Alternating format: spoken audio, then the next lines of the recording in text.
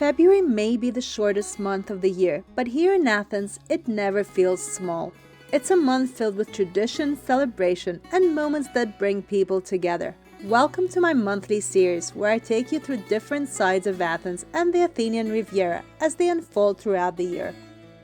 We step right into the heart of Carnival season with Tsiknopempti, the smoky Thursday, when the scent of grilled meat fills the air and the city gathers around the table.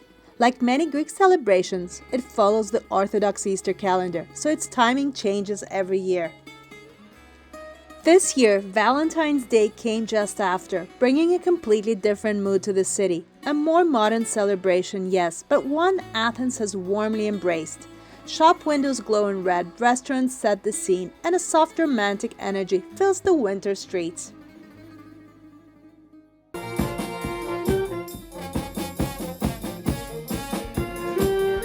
Then come the final days of Carnival, leading us to Clean Monday, the official beginning of Lent, and a quiet transition into a new season.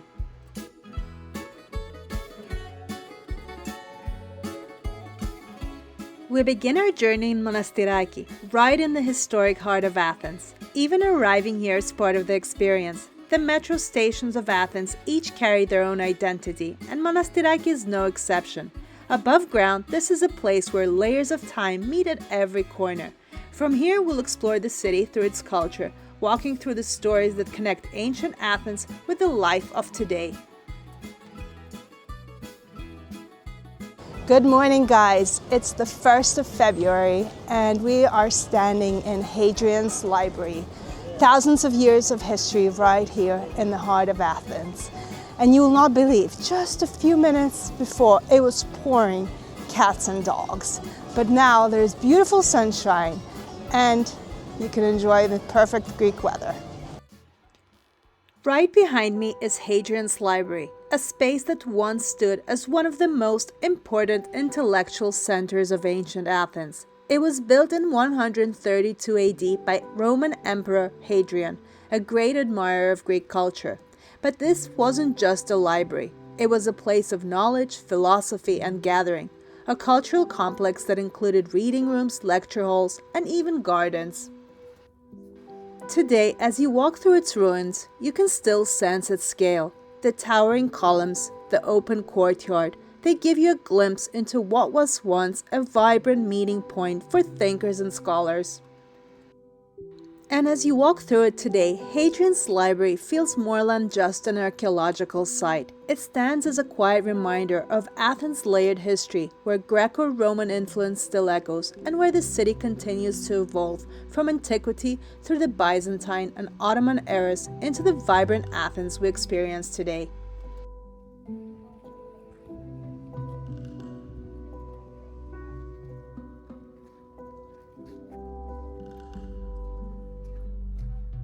There is no shortage of museums in Athens, and naturally most visitors are drawn to the icons like the Acropolis Museum or the National Archaeological Museum.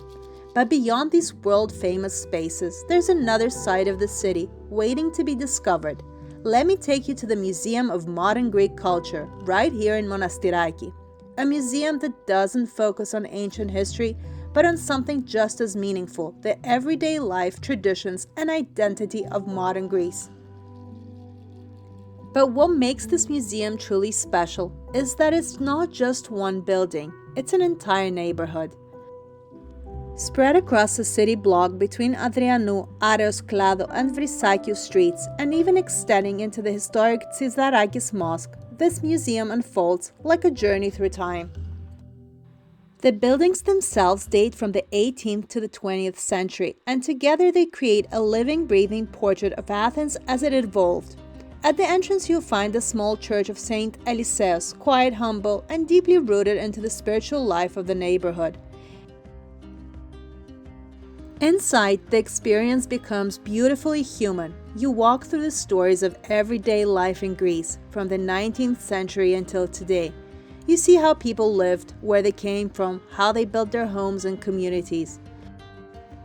Through around 3,000 objects, alongside digital exhibits and visual material, the museum brings together both tangible and intangible heritage. And what I love most is how personal it feels. You'll see traditional costumes from different regions, each one telling a story of identity and place. You'll discover ceramics, tools, and objects used in daily life. Simple things, but deeply meaningful. There are sections dedicated to faith, how spirituality shaped everyday life, origins, where people came from, and how migration shaped Greece, home, what spaces looked like and how families lived, food, what people cooked and how meals brought them together, work, how people earned a living and how roles evolved over time, women, and how their role in society changed across generations, leisure, about how people found joy, celebrated, and connected. Even traditions like weddings and baptisms come to life here, moments that still remain at the heart of Greek culture today. The permanent exhibition is spread across 10 different buildings, which makes the visit feel like a walk through a small village, rather than a traditional museum. Now let's look at some of the museum's exhibits before I take you to the Tsiknopempti Mosque.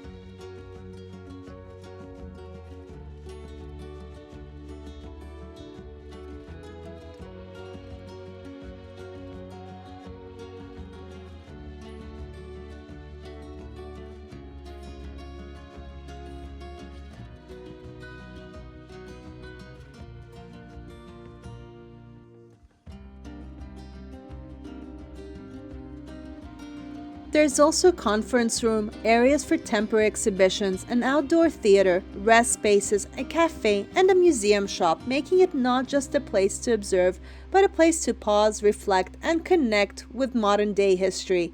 It's a museum that doesn't just show you history, it lets you feel it.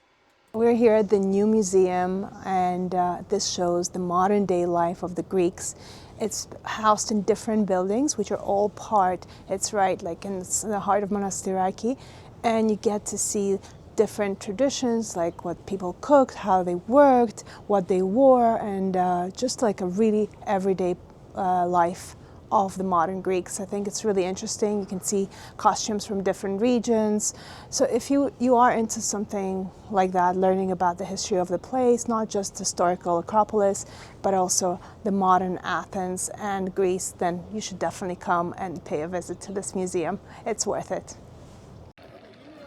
And now let's walk towards the Tsiknopempti Mosque, which is the building that sits right on the Monastiraki Square. And right here you'll step into another layer of the story, learning about the museum itself and the historical context of the unique space. You can visit the Tsiknopempti Mosque on its own, as they charge a separate entrance fee, or as part of the other museum tour.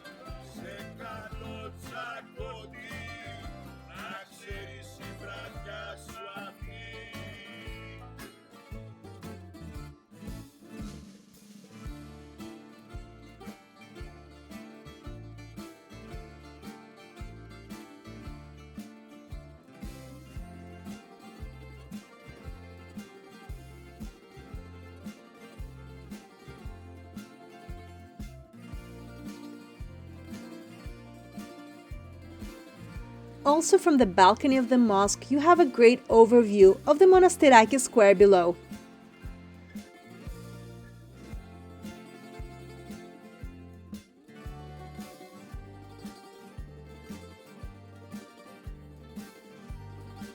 Right from Monastiraki Square, one of the main streets branches off towards the Athens Flea Market, stretching all the way towards Theseo.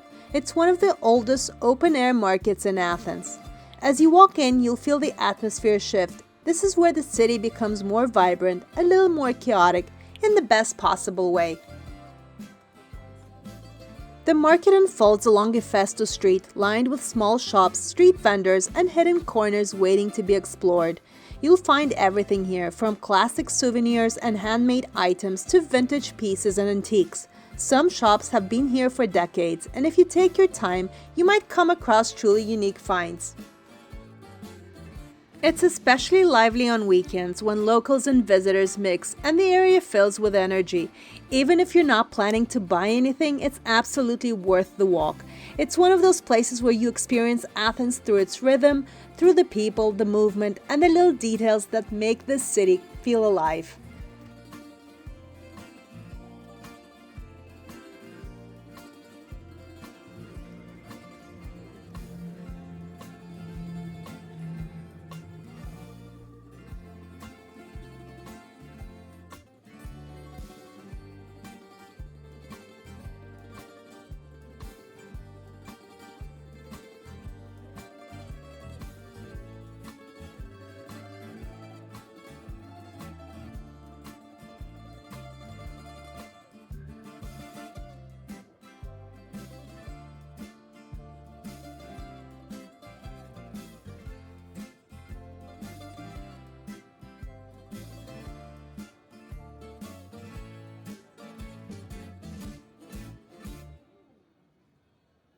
Hey guys, so today is a traditional holiday here in Greece, and it's called the Smoky Thursday, Tsiknopempti.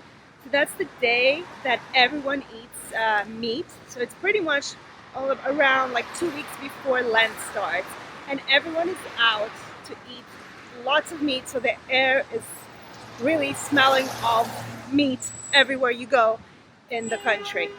Let me show you this tradition up close. So you see the meat is being prepared on skewers, and there's like a lot of places like this, like traditional tavernas in one row in an area called Glyfada, that's in Vari, very close to Varkiza. And this traditionally has been the go-to place for meat for many, many years. So you would usually have men called the tsolias, and they would be standing in the costume and calling people in a way of like advertising their restaurant. But today actually is raining, and the men standing are wearing normal clothes. But usually this was the tradition in the past. And on Tsiknopempti, it's not just here in Vari. This is something the entire country takes part in. So from small villages to big cities, everyone heads out. Families, friends, colleagues gathering around tables, grills, and open fires. The name itself comes from tsikna, meaning the smoky aroma of grilled meat, and that's exactly what fills the air everywhere you go. It's a day dedicated to indulgence before Lent begins, so the focus is on meat, and lots of it. On this day, Greeks typically indulge in souvlaki, lamb chops, sausages, kondosouvli, which is slowly turning on the spit. It's like simple, flavorful dishes that are shared generously. But there's one thing you need to know about Greece, and it's never just about the food. There's music, laughter, wine flowing, there's people moving from one table to another.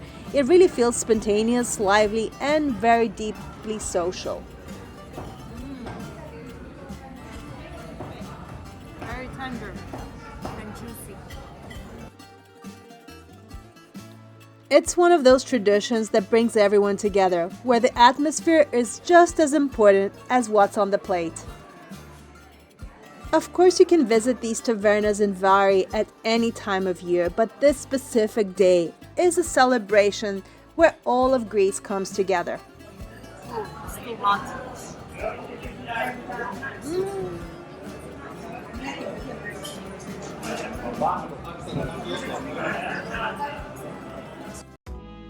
And now let me show you how Athens celebrates Valentine's Day. This year, Valentine's Day fell on a Saturday, and in Glyfada, weekends are always lively anyways, especially if it's a great sunny day. Greeks love the outdoors. For Valentine's Day, some of the shop windows are more curated, and the restaurants fully embrace the occasion with decorations and theme settings. Over the years, it has definitely become more commercial, much like in other cities around the world, but at the same time, it adds a certain charm.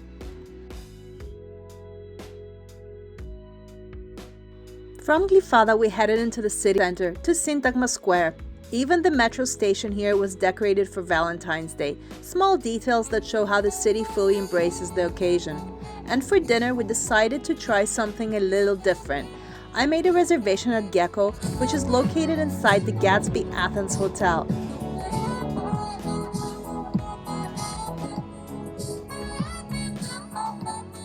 The hotel is a few minutes walk from Syntagma Square. You can see that the weather is very pleasant and it's not as crowded as it is during the summer months, in case you're thinking of visiting Athens during the winter.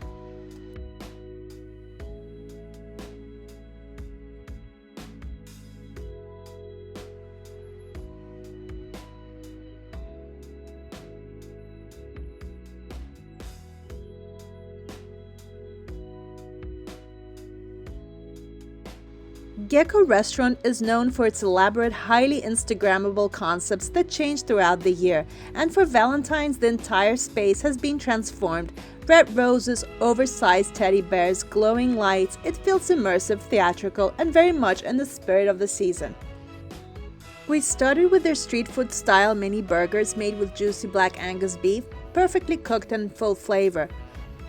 The Caesar salad was equally satisfying. It was generous, creamy, and very well balanced. It's something you can easily enjoy as a main on its own.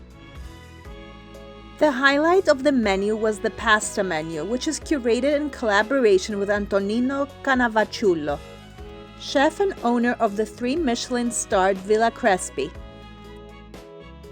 We tried the seafood linguine with tender calamari in a rich fish bisque and rye sauce, and a Greek-inspired cacio e pepe, elevated with generous shavings of black truffle. It's simple but incredibly refined.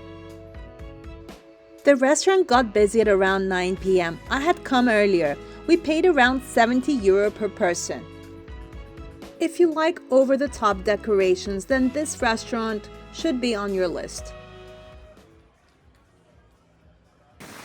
February in Athens brings a little bit of everything. Plenty of sunshine, a few rainy days, but overall a very pleasant time to be outdoors. And along the Athenian Riviera, this is exactly where you feel it the most. Even in winter, the light, the sea, the open spaces, it's the perfect setting to slow down and enjoy the city at a different pace. The last Sunday of the month marked the grand finale of the Carnival season. Across Athens, different neighborhoods host their own celebrations, from local events in the city center to community gatherings throughout the suburbs. Here in Glyfada, the mayor, Yoros Papanikolaou, organized a vibrant seaside parade right along the beachfront. Schools took part with students, parents, and teachers, all dressed in colorful costumes, each group following its own theme. There was music, a live band, and a festive atmosphere that brought the whole community together.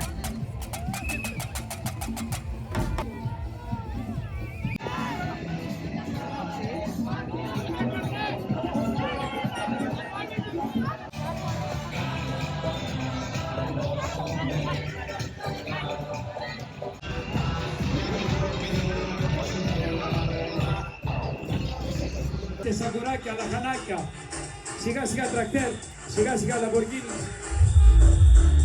Τα άρματα δεξιά και αριστερά, άρματα, στη μέση ο κόσμος, μετά το κάψιμο του καρνάβαλου. And as the event came to a close, the celebrations ended with one of the most symbolic moments of the season, the burning of Carnival effigy, a tradition deeply rooted in Greek culture, marking the end of Apokrias and the transition into Lent. It's a ritual of renewal, letting go of the old and stepping into a new season. The next day marks Clean Monday, Kathara Deftera, a very important day in Greece as it signals the beginning of Lent. Traditionally, it's a day spent outdoors, a moment to gather with family and friends, enjoy simple fasting foods, and embrace nature. So I headed into downtown Athens to Filopappou Hill, one of the most popular spots in the city, to experience this tradition. All around, people were flying kites, filling the sky with color, a symbol of freedom and a fresh start for the season ahead. And from here, the views are simply breathtaking. The Acropolis stands proudly in the distance, surrounded by the city's historic landscape, and beyond it all, you can even catch a glimpse of the sea stretching towards the Athenian Riviera. There was music, a live band, dancing and singing, organized by the municipality of Athens, creating a very festive and welcoming atmosphere. And with the weather being so warm, many locals had gathered across the green spaces for picnics, laying out traditional foods and simply enjoying the day together. It's one of those moments where you can truly experience the spirit of the city and the authentic Greek traditions.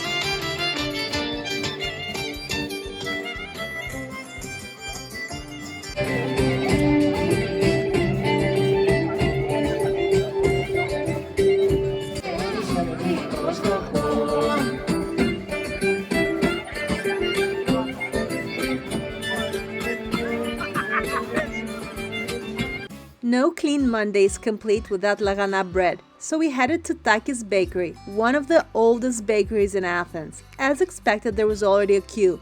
They had just run out of bread, so we waited for about 30 minutes or more for the next batch to come out fresh from the oven. But it was absolutely worth it. Lagana is a traditional flatbread baked especially for Clean Monday. It's light, slightly crispy on the outside, soft inside, and often topped with sesame seeds. Simple but essential, something you'll find on every table across Greece on this day. Today is a day everyone eats this lovely bread, lagana. So we stayed in the forno, in the bakery, for like 40 minutes, and we sat on the bench and ready to eat. So, I mean, not what you usually do and sitting on a bench. I mean, people usually sit like in the park, but we're gonna go and try eat after. But we really wanted to try this bread, so we're just doing something completely local and unpretentious and not really bothered, right? So let's do that. Oh, these birds are like ready to attack our bread. Oh my god, this is so good. Freshly baked. Hot? So do that. Is it good? Was it worth the 40-minute wait? Yeah? Okay, good. It's right. We get it in the bakery, but there was like a supermarket right next door. Very convenient.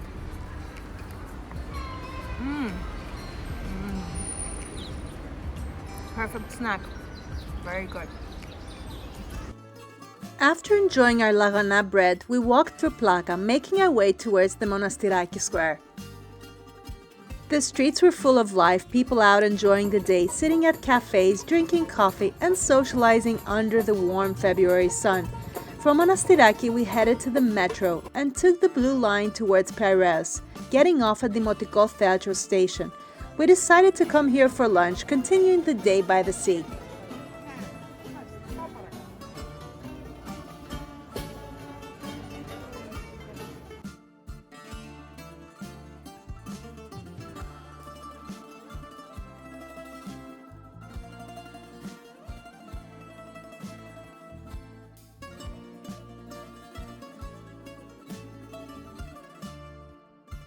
Arriving in Piraeus, around the Dimotiko Theatro Square and the historic Municipal Theatre of Piraeus, the atmosphere felt noticeably different. The center was very quiet, shops were closed for the holiday, and by now most people had gathered where it matters most on a day like this, around the table. We had a few tavernas in mind, but it's worth noting that some take reservations while others don't, so a little planning definitely helps, especially on busy days like Clean Monday.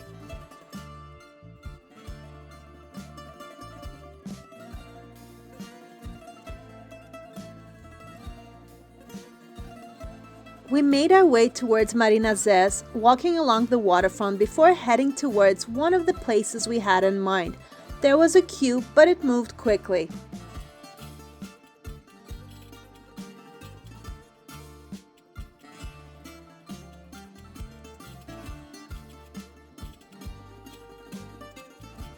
We arrived at Margaro, a true local institution, operating here since 1942, right next to the Hellenic Naval Academy. The menu here is simple, serving only 3 dishes: Greek salad, fried shrimp, red mullet, fresh, honest flavors. Of course, they brought lagana bread, perfectly in tune with the day. And to finish, a classic portokalopita, orange cake, rich, fragrant, and the perfect ending to a traditional meal. Sometimes the simplest places create the most memorable experiences. Don't you think so?